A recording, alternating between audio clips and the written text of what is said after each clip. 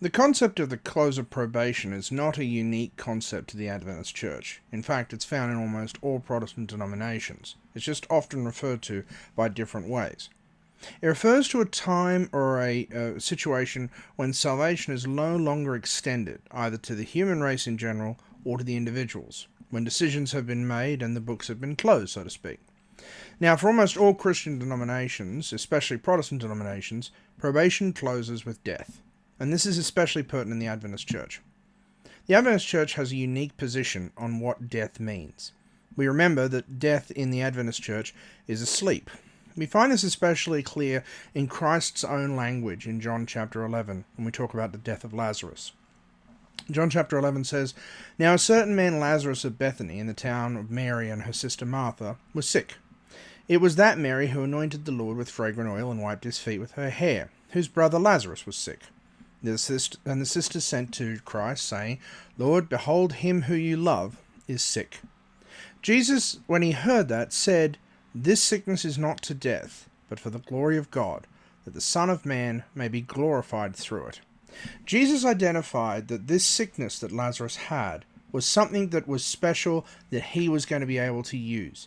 It was his first opportunity to do a major serious miracle. It was his first opportunity to show his power and his authority over death. Now, Jesus loved Martha and her sister and Lazarus. So when he heard that he was sick, he stayed 2 more days in the place where he was, and after that he said to his disciples, "Let's go back to Judea." If we skip down a little bit, in verse 11, Jesus said, "Our friend Lazarus is asleep, but I go that I may wake him up."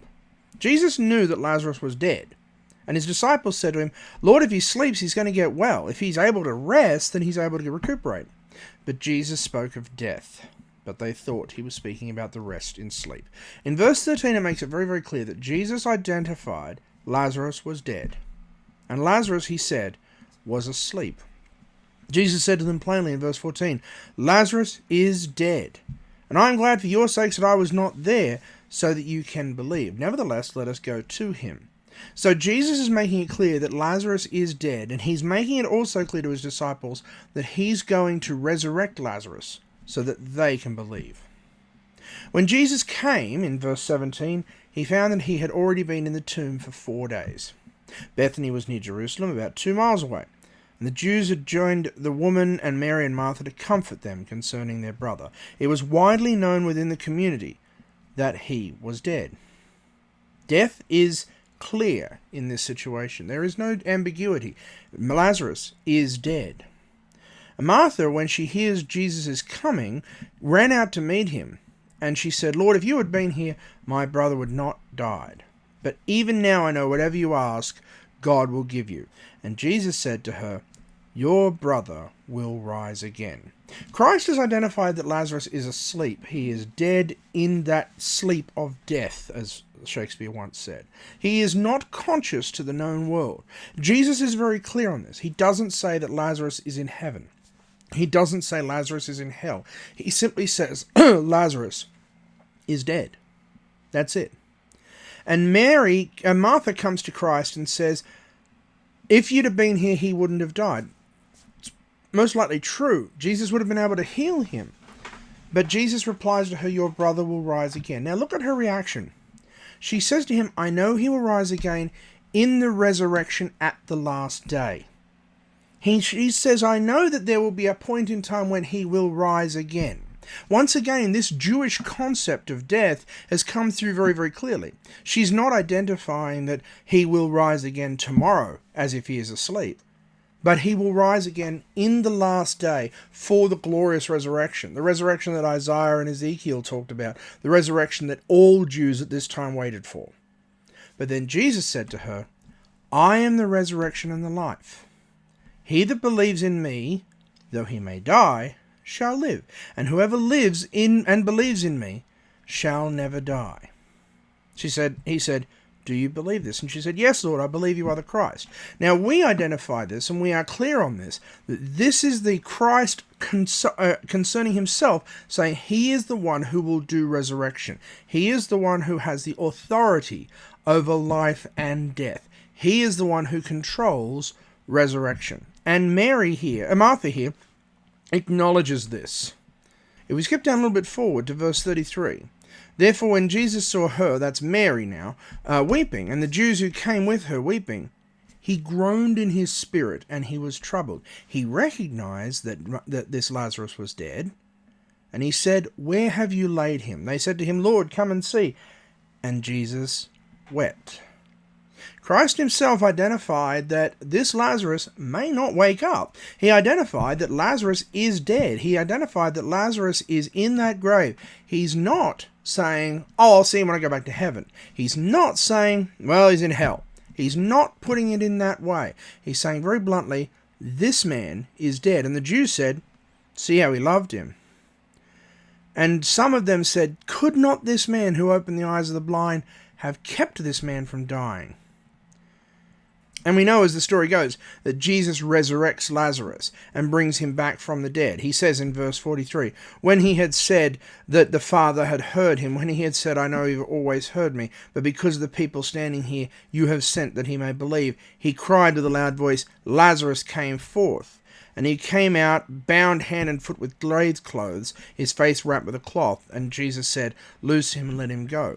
When Christ resurrected Lazarus, he returned to a state of consciousness. He returned to a state being able to interact with the world. He returned to a state that was useful to the world. He returned to an ability to make choices. So Lazarus, for that period of time, had lost his probation. Probation is an old word that means to test, to examine, to review. And Lazarus, for that period of time that he was in the grave, had no ability to make choices. He had no ability to choose for himself. It says that he was bound hand and foot in his grave clothes because he was dead. Death comes to us all, and in all Christian denominations with a few select choice differences, death is one of the closes of probation. It is one of those points when salvation is no longer extended. You have had to have made your choice before death or not. And that is what the concept of the close of probation really is. At its core, it is the time when you are no longer able to, either by physical restraint or by external factors, approach and accept the gift of salvation given by Jesus Christ. Death is one of those times. But there is another point within the Adventist timeline where we have a look at this. Now, most Christian denominations, especially Protestant denominations, will identify the second coming as another moment when when salvation is no longer extendable, because by that point, you have had to have made your choice. The second coming is the moment when Christ saves his people. That is the resurrection. That is the moment when people are taken to heaven or are put to death alongside the devil who is bound to the earth for 1,000 years, as we read in Revelation chapter 19 and 20. But the Adventist Church identifies something that comes before this. When we look in chapter 16, the bowls of judgment that are poured out on the earth, to chapters 15 and 16 of the book of Revelation. We look in chapter 15, we see, I saw another sign in heaven, great and marvelous. 7 angels had the 7 last plagues, for in them the wrath of God is complete. This is the opportunity for God to pour out his wrath on the earth, on all those who have opposed his people, on all those who have subjected his good people to evil punishments and to persecutions. In verse 2 of chapter 15 it says, I saw something like a sea of glass mingled with fire, and those who have the victory over the beast, over his image, over his mark, and over the number of his name, standing on the sea of glass, having harps of God, singing the song of Moses, the servant of God, the servant of the Lamb. There is a group of people identified here very clearly in chapter 15, who have overcome the beast and have overcome something called his mark and the number of his name. This is repeated in chapter 16, when the bowls of judgment are actually poured out. Chapter 16 verse 1 says, Then I heard the loud voice from the temple saying to the 7 angels, Go and pour out the bowls of the wrath of God on the earth. So the first went out and poured his bowl upon the earth. A foul and loathsome sword came upon the men who had the mark of the beast, and those who worshipped his image. We find in this that preluding the second coming, in the events that lead into the second coming, there are judgments poured out by God that affect some people and not others. There are judgments poured out by God that are limited in their scope. That is, not everyone alive on the earth experiences them. Now, we don't have the time to go into the fine details of all of these, but the point is very clearly made that there are some people who accept something called the mark of the beast, and some people who reject it. This mark of the beast is laid down very clearly in Revelation chapter 13. Now, Revelation chapter 13 opens with a beast rising up out of the sea. We don't have the time to go into the details, so I will skip over them and give you the crib notes here. But the beast that rises up out of the sea we've identified with the Roman Church. This is the beast that is talked about having 7 heads and 10 horns, as Daniel described him. Crowns on his 10 horns, blasphemous names, who walks around, and the dragon himself gives him power. We've identified this beast as being that united with the 1260-day prophecy and with Daniel's time. We know that this is the Roman Catholic Church. We know this is the beast who has a deadly wound inflicted upon him. We know this is a beast that has that deadly wound healed, as it says in verse 3. I saw one of its heads as if it had been mortally wounded, and this deadly wound was healed. The 1798 invasion of Rome by Berthier under Napoleon's command. This French invasion decapitated the papacy. It removed all of its influence, it removed its military power, it simply removed it as a force on earth. And it was not until 1962, with the opening of what is known as Vatican II, the Second Ecumenical Council in the Vatican, by Pope John XXIII, that the papacy started to recover any of that type of influence. Today, of course, we know that this deadly wound has been recovered. The papacy is an influence once again with presidents, prime ministers, and with kings around the world. So we are seeing this deadly wound almost completely healed in our own time. But then in verse 11, another beast rises up out of the earth. Now, in Revelation language, when a beast rises up out of the earth, it's rising up away from other places. It's outside of the places where Christ walked. It's away from Christ's influence directly. So this beast that rises up out of the earth has 2 horns like a lamb and speaks like a dragon. He exercises all the authority of the first beast in his presence, and causes the earth who dwell in it to worship the first beast, whose deadly wound was healed. He performs great signs, that he even makes fire come down from heaven on the earth in the sight of men. And he deceives those who dwell on the earth by those signs which he was granted to do in the sight of the beast, telling those who dwell on the earth to make an image to the beast, who was wounded by the sword and lived. Now, this is where we come into the prophetic language that we have not yet experienced, but have identified. J.N. Andrews, the first Adventist missionary, identified that the most likely candidate for this beast that had to rise up after the deadly wound was inflicted and healed. This most likely candidate for this beast is the United States of America. It has 2 horns identifying one of 2 things: a pair of powers that fight together, or a democratic power that has no single leader, which we have seen, up until recent times anyway, in the United States. They have elections to decide on who their leadership will be, and those elections seem to jump between 2 things, and anyone who would deny that America speaks like a dragon is a fool. They have power. He has massive power that he identifies and fights with. And he has a power that also is united, albeit illegally, that is to say, not in its laws, by the strength of the apostate Protestant religions that exist in the United States.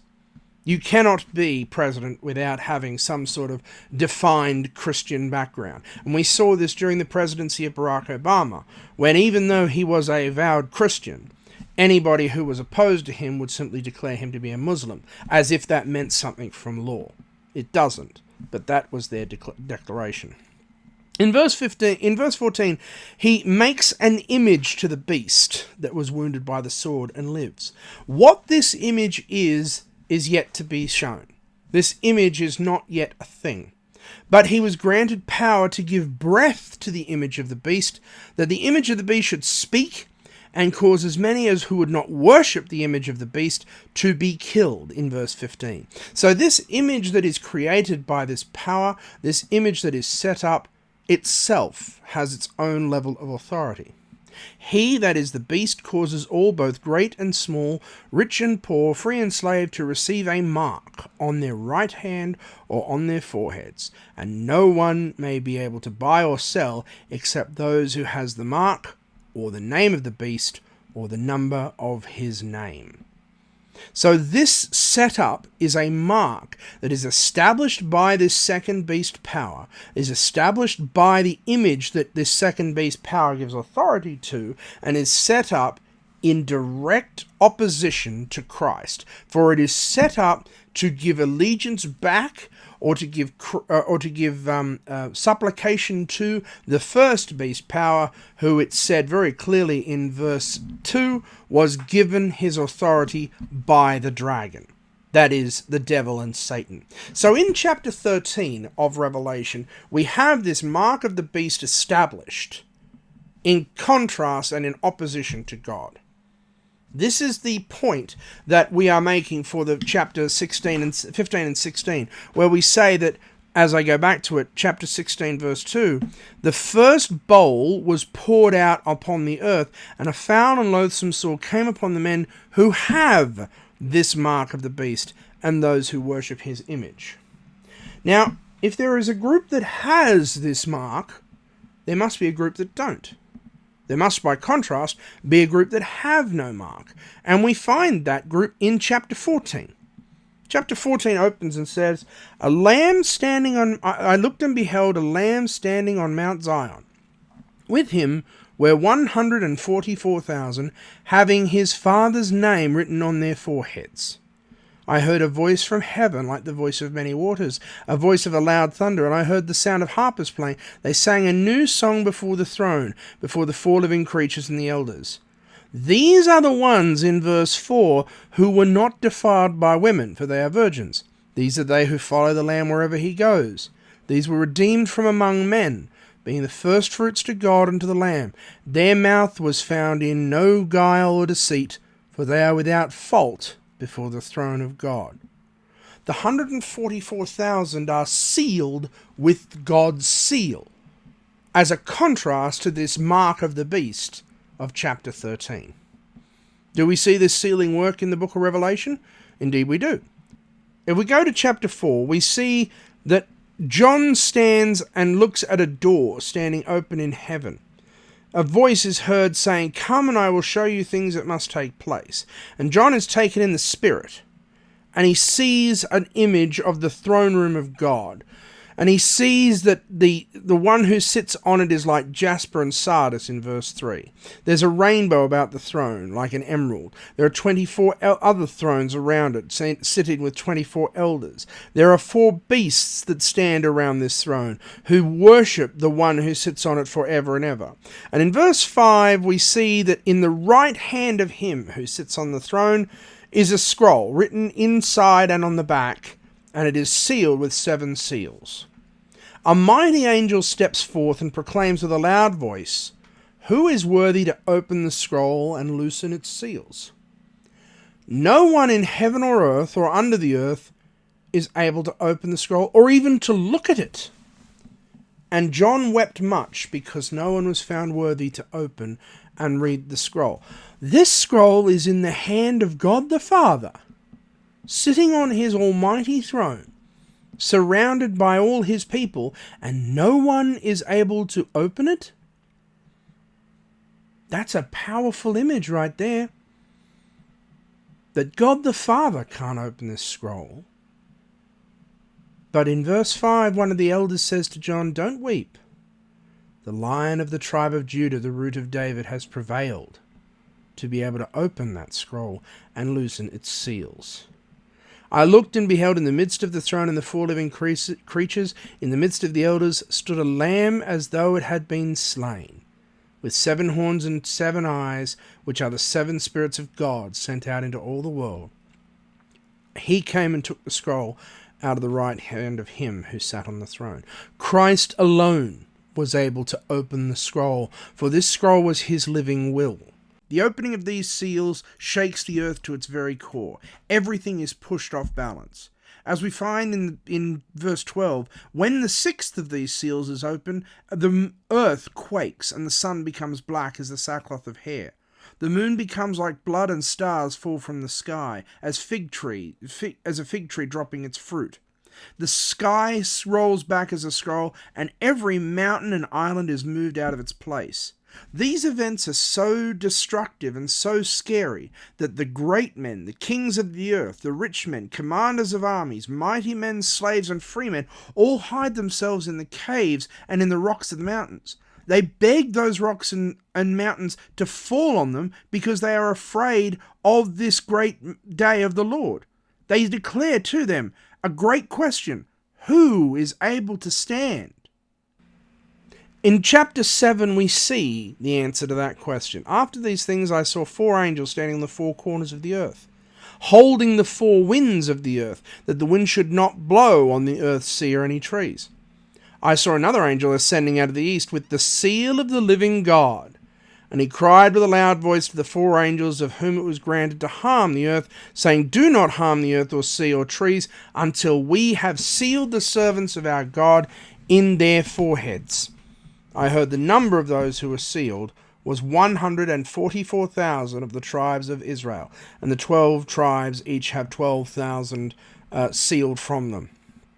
In addition to them is a almighty multitude that no man could number, from all ages, all tribes, all nations, all peoples, and all tongues. And one of the elders came to John and said, "Who are these people? Who are these arrayed in white robes? Where did they come from?" And John says, "You know better than I do, my Lord." And so he said to me, "These are those who have come out of great tribulation. These are those who have washed their robes in the blood of the Lamb and made them white. They stand before the throne of God and serve him day and night in his temple. He who sits on the throne will dwell among them. They will neither thirst or hunger any more. The sun will not strike them, nor any heat. For the Lamb is in the midst of the throne, will shepherd them and lead them to the fountains of living waters. And God will wipe away every tear from their eye." These sealed people have to go through this time of tribulation, it says. They have come out of great tribulation. They have come out of hunger. They've come out of thirst. They've come out of the sun. They've come out of the heat. They've been with God through the fountains of living waters. They've come out of these times of pain and power. Where are these times of pain and pressure? They're discussed in chapter 16, when we see the 7 bowls of judgment. First, in chapter 16, verse 2, a foul and loathsome sore comes upon men. Second is his bowl is poured out on the sea that becomes as blood.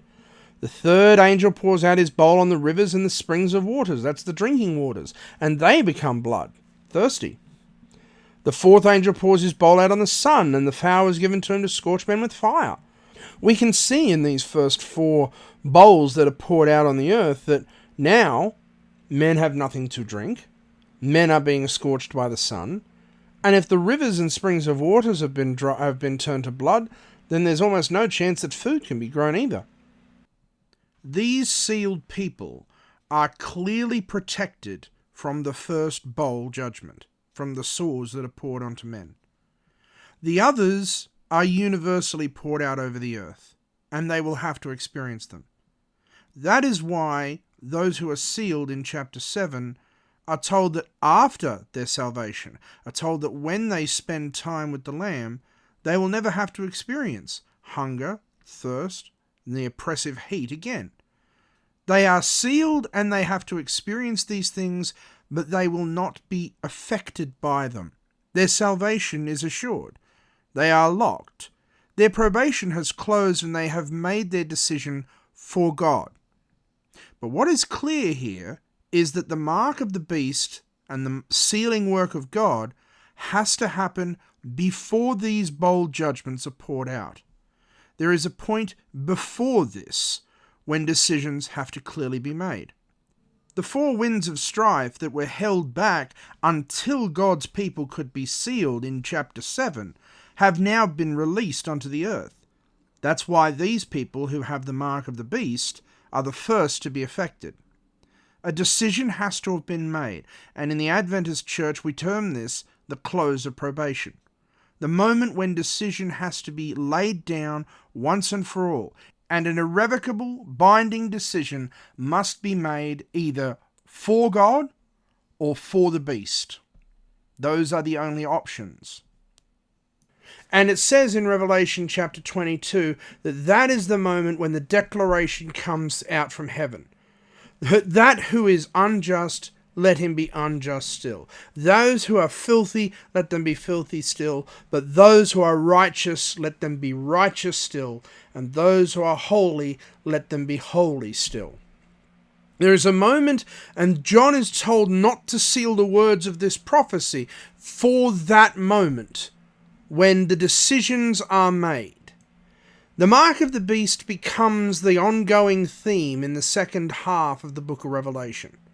It's mentioned twice in chapter 14, once in chapter 15, in chapter 16. It's not in chapter 17, 18, but in 19 it's repeated again as an association with when heaven exalts over the fall of Babylon, over the fall of the beast and his armies, and over the fall of those who receive the mark, as it says in verse 19.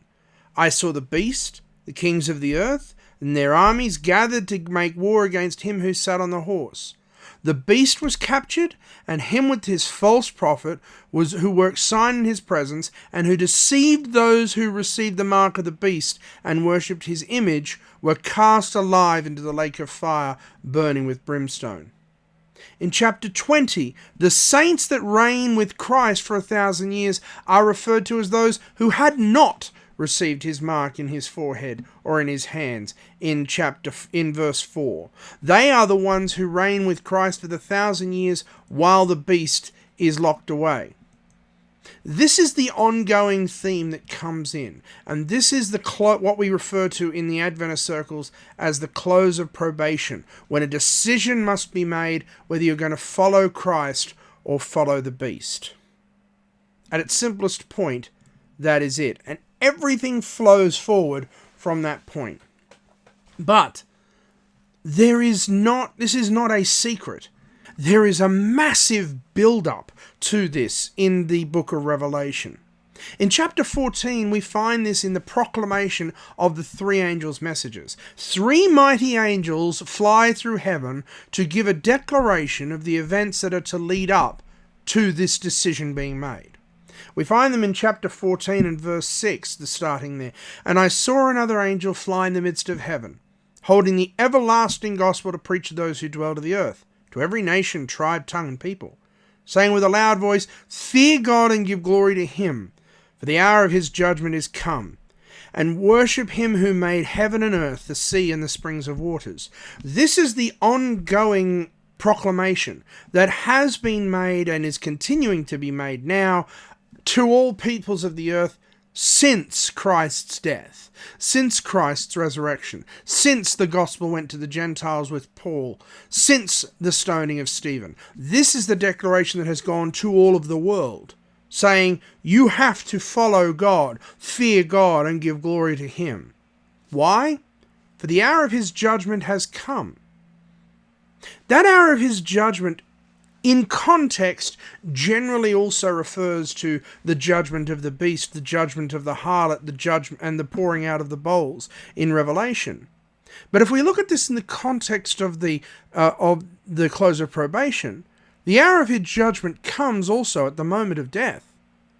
You have to make your choice to fear God, for you do not know when his hour of judgment comes. It is in fact there when you are able to make your choice. Then another angel follows and says, Babylon is fallen, that great city, because she has made all nations drink of the wine of the wrath of her fornication. We know and identify this, of course, with the Roman Church, who polluted and perverted the pure faith that Christ gave them, who perverted the Sabbath, who perverted the sacraments, who put a woman in charge of God, of Christ himself, and who now makes you pray to the saints in order to go through a bureaucracy to get to heaven. We have seen that this angel says very clearly, come out of that group, step away from her. But then the third angel comes forward, and this is the mission and the message of the Adventist Church of the world. A third angel follows them, saying with a loud voice, if anyone worships the beast, his image, and receives his mark in his forehead or in his hand, he shall himself also drink of the wine of the wrath of God, poured out full strength into the cup of his indignation. He'll be tormented with fire and brimstone in the presence of the holy angels and in the presence of the Lamb. The smoke of their torment will ascend for ever and ever. They will have no rest day or night, those who worship the beast and his image and receive his mark. Why? Because they are the ones who persecute. They are the ones who carry out the Babylonian and the beast's plans. They are the ones who carry out these things, persecuting the saints. They are the ones that will persecute us. But it says, in contrast to that, in verse 12, here are the patience of the saints. Here are those who keep the commandments of God and the faith of Jesus. Allow me to be very clear on this point. In the build-up to this, the church experiences what we call the shaking. The time when the latter rain starts to fall, the time when the people start to recognize, and the time when persecution begins, the church becomes, as we say, purified. There is a movement amongst the church where reform starts to take place. The Adventist church will be shaken from all sides, but it will be done so in the way of purifying them. What does that mean? In part, there are a large number of people in the church who would not be able to psychologically or mentally take the persecutions that would come upon them. The old, the infirm, the feeble, they would not be able to survive what would be put on them in terms of pressure. They'll be allowed to go to sleep. They'll be allowed to rest in their passion in the Lord. And that's what it says, and that's why it says there, here is the patience of the saints. Here are those who keep the commandments of God and have the faith of Jesus. Blessed are the dead who die in the Lord from now on. They may rest from their labors and their works follow them. They can rest knowing that they have made their decision and that their probation has closed. There are a large number of people in the church who have not got the faith to stick themselves through.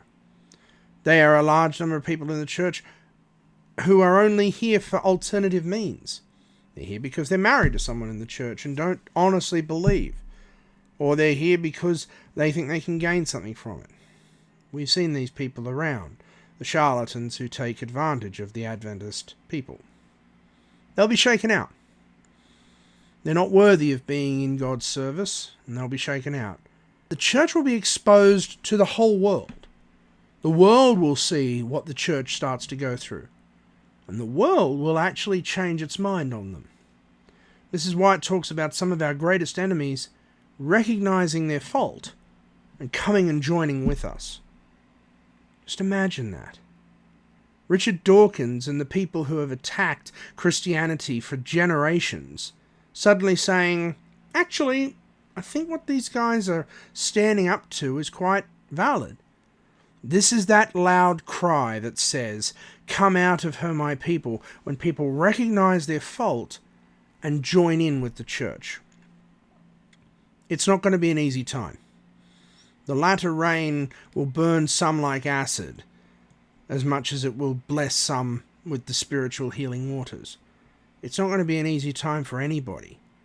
But the shaking of the church must take place in order for it to be purified, ready for that final close of probation.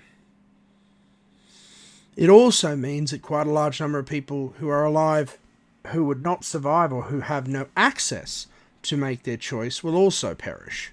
But they will perish in the innocence of their faith so that they can be resurrected to the unnumbered multitude. They will not perish in terms of their loss so that they can die in the Catholic faith and be lost to that group, but rather that they can be going to sleep in the innocence of their beliefs so that they can wake up at the second coming along with us. It's hard to talk about as an Adventist. When you hear quotes like Mrs. White discussing the ministers having people approach them and say, "Why didn't you teach us the things that we should have known?" When you have Mrs. White talk about the great leaders of the church in that shaking, coming up to them and saying, "You didn't give us any of this information, why not?" That's when you get a real sense of just how powerful it's going to be. Mrs. White herself is, of course, the lesser light that points to the greater light. But somehow I think that what is referred to as the little time of trouble is certainly going to be a shaking for the ages. Returning back to the close of probation, one question that must clearly be answered is, what is the mark of the beast? We don't know what form it will take. We don't know what it will look like. We don't know how it will work. We are told in chapter 13 that no one can buy or sell anything without having that mark. But what that is, we don't recognize. Only God and his angels know who is sealed with his mark. But this mark must be something a bit more visible, so that we can actually identify those who are sealed with the mark of the beast. It's going to be something obvious. But the image to the beast that is given power, that it can speak, and its imposition certainly has to do with walking away from God's law, as that first beast had done. If these are those who keep the commandments of God and have the faith of Jesus Christ, which of the commandments is it that divides them from the rest of the universe? Which of the commandments is it that separates these from those sealed with the mark of the beast?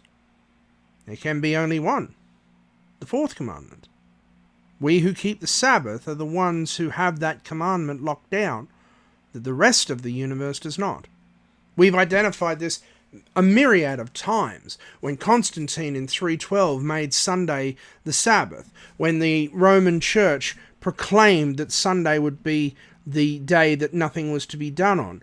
Sunday is the dividing line between the Adventist Church and the rest of the world.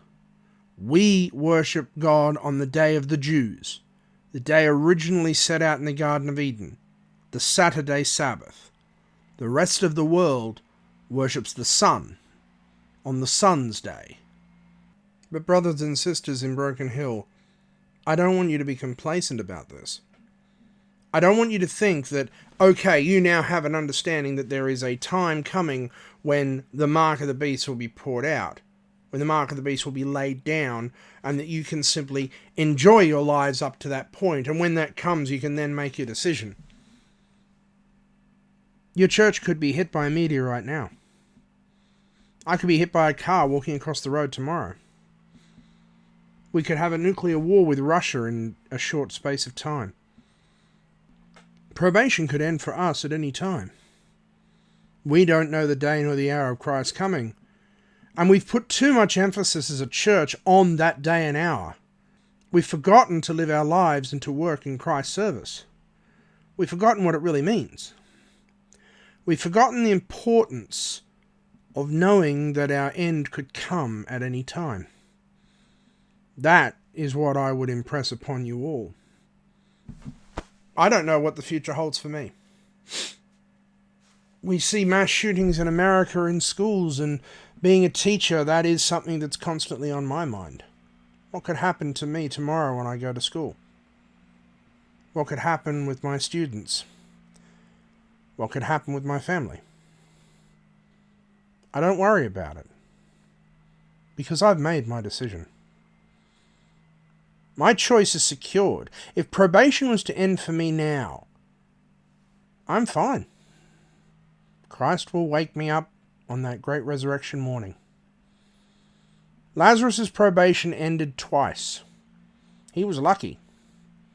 He was able to exalt the God Most High and then go back to sleep. Lazarus will not be able to make his choice now. Lazarus will not be able to experience the persecution that will come for us. Lazarus will not be able to make that decision when that day comes. And Lazarus will not have the luxury of being in the 144,000. The thing is that God doesn't want us to live in fear. He doesn't want us to live in fear of dropping dead tomorrow. He wants us to recognize that it's a possibility. He wants us to know that our probation may be closed at any moment. But he only wants us to live a full life. So as Joshua said, fear the Lord and serve him in sincerity and truth. Put away the other gods and serve the Lord. If you make your choice to serve God, make your choice to serve God and live happy with that choice. But as he says, if it seems evil to serve the Lord, then choose which gods you will serve. Choose the gods of the world. A man may have everything in this world and lose his own soul. Choose which gods you will serve. As for me and my house, we will serve the Lord.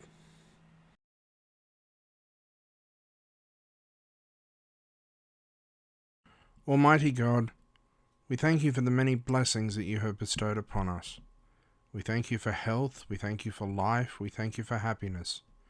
We thank you especially for the death of your Son, Jesus, and his resurrection that shows us that the resurrection is a true thing that we can believe in.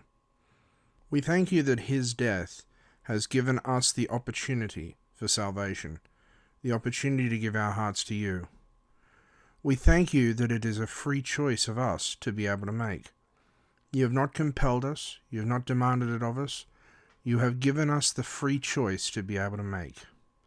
And we thank you for the knowledge that you have bestowed on us through our church fathers and through our leaders to be able to understand what this choice means and that we have the ability to make it. We know how fragile life really is, Lord, and we thank you that we have the ability to make these choices now while we are conscious and while we are alive. I pray for the brothers and sisters here at Broken Hill Church, and I pray that they will all be able to rededicate themselves to your service, so that when that glorious day comes and your second coming is seen by all people, that every one of these that here are before you may be able to join with me in taking part in that glorious day of your Jubilee. In your holy and precious name we pray. Amen.